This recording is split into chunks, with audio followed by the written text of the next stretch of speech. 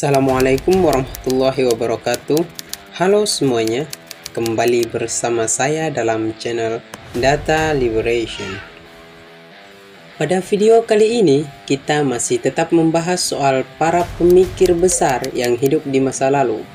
Pada video-video sebelumnya, kita telah membahas soal pemikiran dari Thomas Hobbes sebagai Father of Empirism dan karyanya Leviathan, dan juga John Locke sebagai Father of Liberalism dengan karyanya Essay Concerning Human Understanding.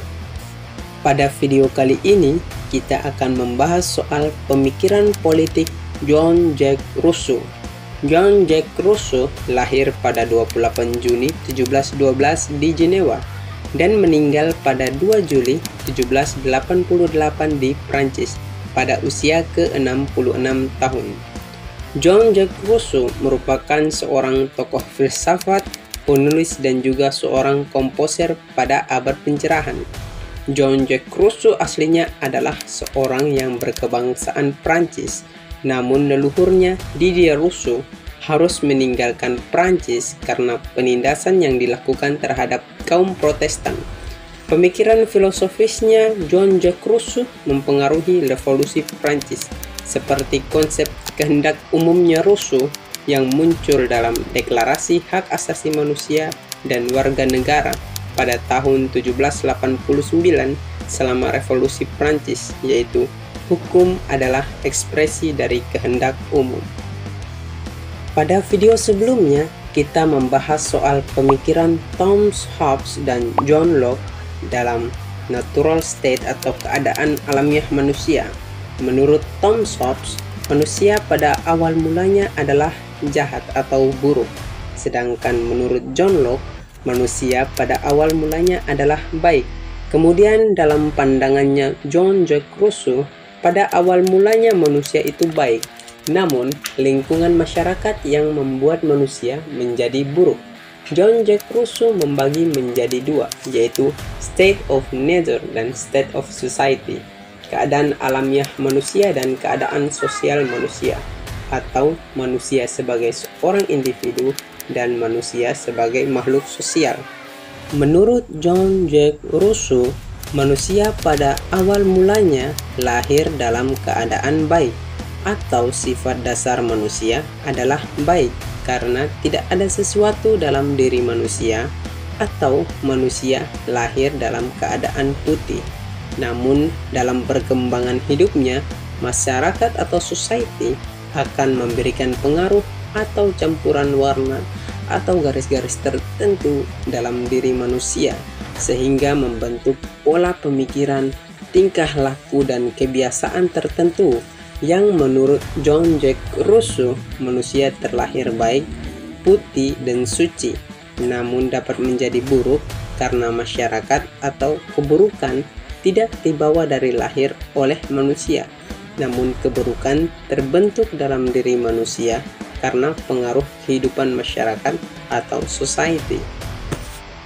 Dari natural state-nya John Jacques Rousseau, kemudian ia membuat karyanya yang paling utama soal politik, yaitu Social Contract atau kontrak sosial pada tahun 1762.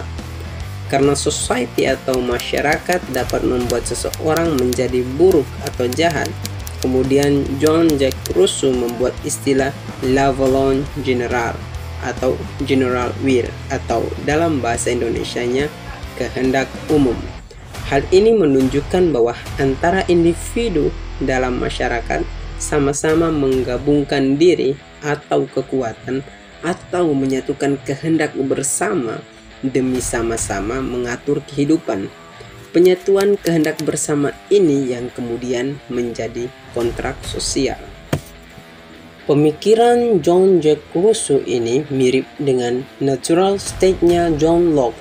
Hal ini bisa dimaklumi karena John Locke dan John Jacques Rousseau hidup pada masa atau abad pencerahan, di mana John Locke yang hidup pada Agustus 1632 sampai Oktober 1704, ide dan pemikirannya terus bertransformasi oleh orang-orang yang hidup setelahnya seperti John Jacques Rousseau yang hidup pada Juni 1712 sampai Juli 1788.